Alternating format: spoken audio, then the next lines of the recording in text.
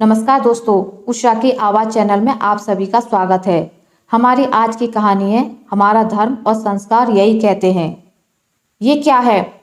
इतना बेस्वाद खाना बनाया है। थू, छी। सब्जी में कितना नमक भरकर डाला है। बूढ़ी होने को आई हो और अभी तक खाना बनाने का सलीका नहीं सीखी हो। गुस्से से नरेश ने खाने की थाली जमीन पर पटक दी और लड़खड़ाता हुआ खटिया पर बेसुध सा लुढ़क गया। ये विवाह के घर का लगभग हर रोज का किस्सा था। शादी के 28 वर्ष बीत गए थे ये सब झेलते झेलते।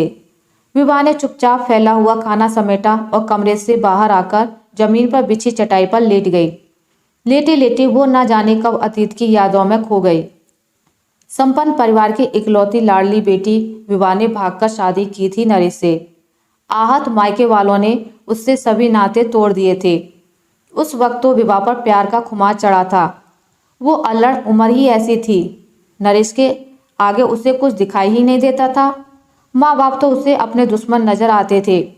उसकी सहेलियों ने भी उसे कितना समझाया था कि नरेश अच्छा लड़का नहीं है, लेकिन उसने किसी की एक ना सुनी और एक रात अपनी माँ के सभी गहने चुराकर नरेश के साथ भाग आई, अपने शहर से दूर एक नई दुनिया बसाने। शुरू के कुछ दिन तो प्यार की खुमारी में कैसे कट गए पता ही नहीं चला। विवाह को लगता था दुनिया की सारी खुशियां उसी की झोली में समा गई हैं, लेकिन धीरे धीरे नरेश का असली चेहरा उसके सामने आने लगा। रोज पीना, जुआ खेलना, आवारागर्दी करना नरेश की यही दिनचर्या थी। माँ के गहने बेचकर जो पैसे मिले थे वो भी अब खत्म होने को आए थे। उसने नरेश से कुछ काम ढूंढने को कहा। इस बात से चिढ़कर उस दिन नरेश ने विवाह पर पहली बार हाथ उठाया था। अब तू मुझे बताएगी मुझे क्या करना है और क्या नहीं। जब मेरा मन करेगा तब मैं काम करूंगा, समझी? आइंदा मुझ पर हुक्म चलाने की कोशिश मत करना, वरना इससे भी बुरी तरह पिटेगी मुझसे। नरेश का ये रूप देख विवाह की रूह कांप गई। उसने तो सपने में भी नहीं सोचा था कि जो नरेश उस पर अपनी जान लुटाता था, उसके लिए चांद तारे तोड़कर लाने की बातें किया करता था, यूं उस पर हाथ भी उठा सकता है। प्यार की खुमारी के बादल छट चुके थे। अब तो असल जिंदगी से मुकाबला था। घर तो किसी तरह चलाना ही था। नरेश से शादी के चक्कर में वो अपनी पढ़ाई भी अधूरी ही छोड़ाई थी, तो अच्छी नौकरी तो मिलना संभव नहीं था। बड़ी मुश्किल से एक छोटी सी फैक्ट्री में उसे काम मिल गया। पैसे कम मिलते थे पर किसी तरह जद्दोजहद के बीच विवाह घर चलाने लगी। नाजों से पली बड़ी विवाह को अब घर चलाने के लिए कमर तोड़ मेहनत करनी पड़ती थी। उधर नरेश का रवैया दिन प्रतिदिन और खराब होता जा रहा था। उसकी शराब पीने की लत अब ज्यादा बढ़ गई थी। वो शराब के लिए विवाह से पैसे मांगता और विवाह के मना करने पर उसे बुरी तरह पीटता। आलम यह था कि शादी के कुछ ही माह के भीतर विवाह को अपनी जिंदगी से नफरत सी हो गई थी। कहते हैं ना, आहत और दुखी मन आखिर अपनों की ही स्नेहिल छांव तलाशता है। बड़ी हिम्मत कर। विवाह ने एक दिन अपने घर लैंडलाइन पर फोन लगाया।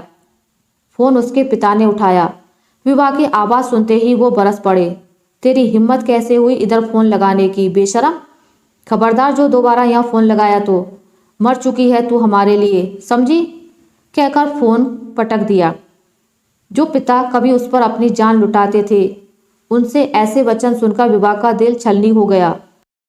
वो फूट फूट कर रोने लगी। थोड़ी देर बाद खुद को संयत कर उसने अपनी सहेली को फोन लगाया। वहां से उसे पता चला कि विवाह के जाने का गम विवाह की मां सह नहीं पाई और कुछ ही दिनों में परलोक सिधार गई। ये सुनते ही विवाह के हाथ से फोन छूट गया और वो वहीं गश खाकर गिर पड़ी। आँख खुली तो उसने नरेश को अपने पास पाया। नशे में धुत वो विवाह को होश में लाने के लिए उसके गाल थपथपा रहा था। होश में आते ही नरेश से आ रही शराब की बू के भपके से विवाह को उबकाई आ गई। उसका मन घृणा से भर उठा। उसका जी किया कि वो नरेश का मुंह नोच ले। गुस्से में उसने नरेश को जोर का धक्का दिया। नशे में धुत वो वहीं लड़खड़ाकर गिर पड़ा। थोड़ी देर विवाह बेसुध पड़े नरेश को ताकती रही, फिर कुछ सोच दृढ़ निश्चय के साथ उठी। बस बहुत हुआ, अब सहा नहीं जाता। आज तो वो अपनी ई लीला समाप्त कर लेगी। मतलब ही क्या है ऐसी जिंदगी जीने का। अभी वो कुछ कदम चली ही थी कि बेहोश होकर फिर गिर गई। इस बार आंख खुली तो उसने खुद को अस्पताल में पाया। सामने नरेश अस्त व्यस्त हालत में खड़ा था और डॉक्टर से बात कर रहा था। नरेश को देखते ही विभा ने अपनी आंखें मूंद ली। वो उसका चेहरा तक नहीं देखना चाहती थी। तभी डॉक्टर के शब्द उसके कानों में गूंजे। वो नरेश से कह रहे थे, देखिए आपकी पत्नी शारीरिक रूप से बहुत कमज़ोर है। अब आपको इनका ज़्यादा ख्याल रखना होगा, वरना कमजोरी के कारण माँ और बच्चे दोनों को खतरा हो सकता है। माँ और बच्चे? ये शब्द सुनकर विभा चौंक कर उठ बैठी। क्या मतलब माँ और बच्चे? विभा लगभग चीखते हुए बोली। अरे आप ऐसे झटके से मत उठिए। डॉक्टर विभा से मुखातिब हुए। देखिए आप माँ बनने वाली हैं और बहुत कमज़ोर हैं। अब आपको अपना बहुत ख्याल रखना होगा। पौष्टिक आहार लीजिए और भरपूर आराम कीजिए। कुछ दवाइयाँ लिखी हैं जो समय पर लीजिएगा। Okay, all the best. दवाइयों का पर्चा नरेश को पकड़ाते हुए डॉक्टर अगले पेशेंट की ओर बढ़ गए। विभा जर्सी वहाँ बैठी रह गई। माँ बनना किसी भी स्त्री के लिए वरदान से कम नहीं। फिर उसे ये खबर सुनकर जरा सी भी खुशी क्यों महसूस नहीं हो रही। विभा गहरी सोच में डूबी हुई थी। तभी नरेश ने उसका हाथ थाम लिया और चहकते हुए बोला, विभा मैं बाप बनने वाला हूँ। तू नहीं जानती मैं कितना खुश हूँ। अब देखना मैं तेरा कितना अच्छे से ख्याल रखता हूँ।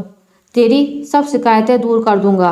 आज से पीना बंद और एक अच्छी सी नौकरी ढूंढ काम धंधे पे लगता हूँ। विभा हतप्रवशी नरेश को देख रही थी। बच्चे की खबर सुनकर नरेश इस कदर खुश होगा विभा को यकीन ही नहीं हो रहा था। नरेश का यूं चहकना विभा का मन भिगो गया। उसे अपने अंधेरे से घिरे जीवन में अब आशा की एक किरण दिखाई देने लगी। बच्चे के जन्म तक नरेश ने विभा का खूब ख्याल रखा। उसे सिर आंखों पर बिठाकर रखा। विभा जिस फैक्ट्री में काम करती थी उसी फैक्ट्री में नरेश भी काम करने लगा। विभा ने फिर से चहकना शुरू कर दिया था, परंतु उसकी खुशी ज्यादा दिन न टिकी। जब विभा ने एक बेटी को जन्म दिया तो नरेश बुरी तरह तिलमिला गया। उसे दिलो जान से एक पुत्र की आस थी। आलम यह था कि उसने अपनी बेटी का मुंह तक देखने से इनकार कर दिया। कहते हैं ना, कुत्ते की पूंछ टेढ़ी की टेढ़ी रहती है। नरेश ने फिर से जुआ खेलना पीना शुरू कर दिया। इन्हीं हरकतों की वजह से उसे नौकरी से भी निकाल दिया गया। विभा अंदर से फिर टूट गई, पर अब उसे अपनी बेटी के लिए जीना था। उसकी अच्छी परवरिश ही विभा का एकमात्र लक्ष्य था। विभा दिन रात मेहनत करती, अपनी दुधमुही बच्ची दिव्या को साथ लेकर डबल शिफ्ट भी करती। समय अपनी गति से चलता रहा। दिव्या भी माँ की स्नेहिल छाँव में बढ़ने लगी। पिता का प्रेम उसे नसीब नहीं हुआ। ना जाने क्यों और कैसे वो जरा सी बच्ची अपनी माँ का दुख समझने लगी। ना कभी किसी चीज के लिए जिद करती और ना ही कोई सवाल या शिकायत। समय पंख लगाकर उड़ता रहा। विभा ने अपने बलबूते पर दिव्या को अच्छी से अच्छी शिक्षा दिलवाई। बिटिया भी माँ की परछाई बनी रहती। अब दोनों एक दूसरे का सहारा थे। नरेश तो बस घर में नाम का सदस्य रह गया था। ये चीज उसे बड़ी अखरती। वो ये बात जान चुका था कि विभा और दिव्या दोनों को ही उसकी अब कोई ज़रूरत नहीं।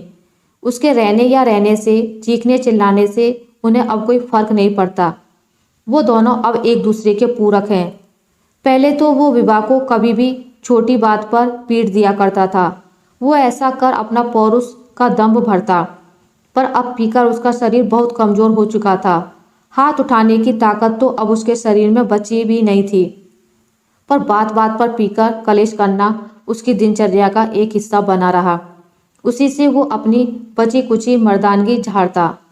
पर अब दिव्या और विभा को इन सब बातों से कोई फर्क नहीं पड़ता था। दिव्या मन लगाकर पढ़ती, कुछ बनकर अपनी माँ को एक बेहतर जिंदगी देना उसका एकमात्र लक्ष्य बन गया था। पढ़ाई पूरी कर वो सिविल सर्विस की तैयारी करने लगी और आज उसी का परीक्षा परिणाम आना था। माँ माँ, दिव्या की आवाज़ सुन विभा अतीत के ख्यालों से बाहर आ गई। दिव्या खुशी से झूमती हुई माँ से लिपट गई। माँ, तेरी बेटी IAS अधिकारी बन गई। मेरी 12th रैंक आई है, कहते हुए वो अपनी माँ के चरणों में झुक गई। विभा ने उसे सीने से लगा लिया। दोनों की आंखों से अश्रु की अविरल धारा बहने लगी। काफी देर तक माँ बेटी एक दूसरे से लिपटे रहे, मानो एक दूसरे को मूक आश्वासन दे रहे हों कि सब कष्ट दूर होने का समय आ गया है। हाँ, अब अच्छे दिन शुरू हो गए हैं। विभा ने फिर दिव्या का माथा चूम लिया। आंसू पोंछते हुए उससे कहा, जा दिव्या, अपने पापा के पैर भी छूकर उनका आशीर्वाद ले। दिव्या ये सुन अपनी माँ से छटक कर दूर हो गई। हतप्रभ सी उन्हें देखने लगी। कौन पापा माँ? वो इंसान जिसका स्नेहिल स्पर्श तो दूर, प्यार भरे दो बोल के लिए मैं जीवन भर तरसती रही, जिसे मैंने जीवन भर नशे में धुत, गाली गलौज और तुम्हारी पिटाई करते हुए देखा है। उस इंसान का आशीर्वाद लेने के लिए कह रही हो तुम मुझे माँ? कभी नहीं, हरगिज नहीं। वो अंदर पड़ा इंसान मेरे लिए कोई मायने नहीं रखता। मेरी माँ और पिता दोनों तुम ही हो। दिव्या गुस्से से कांप रही थी। विभा ने गुस्से से कांप रही दिव्या का कंधा मजबूती से पकड़ लिया। बेटा, चाहे कुछ भी हो, वो जैसे भी हो, पर यह भी सच है कि वो तेरे पिता हैं, तेरे जन्मदाता। इस शुभ दिन पर उनके पैर छू लेने से तू छोटी नहीं हो जाएगी बेटा। हमारा धर्म और संस्कार यही कहते हैं कि तुझे उनका आशीर्वाद लेना चाहिए। कहते हुए विभा ने उसे अंदर जाने का इशारा किया। नरेश अंदर लेटा ये सब सुन रहा था। ग्लानि तो उसके मन में कहीं ना कहीं दबी हुई थी, पर उसका अहम उसे ये मानने नहीं देता था कि वो कितना गलत है। आज अपनी पत्नी की बात सुन उसका झूठा दम और ग्लानि अश्रुधारा बन उसकी आंखों से झरझर बहने लगे। तभी अपने पैरों पर दिव्या के हाथों का स्नेहिल स्पर्श नरेश के मन को अंदर तक भिगो गया। आज पहली बार नरेश ने अपना कांपता हुआ हाथ अपनी बिटिया के सिर पर रखा था। ये जीवन की सबसे सुखद अनुभूति थी। आशा करती हूँ आपको मेरी आज की कहानी अच्छी लगी होगी। अगर आपको मेरी ये कहानी अच्छी लगी है तो इसे लाइक करें, ज़्यादा से ज़्यादा शेयर करें, और अगर आप मेरे चैनल पर नए हैं तो इसे सब्सक्राइब करना ना भूलें।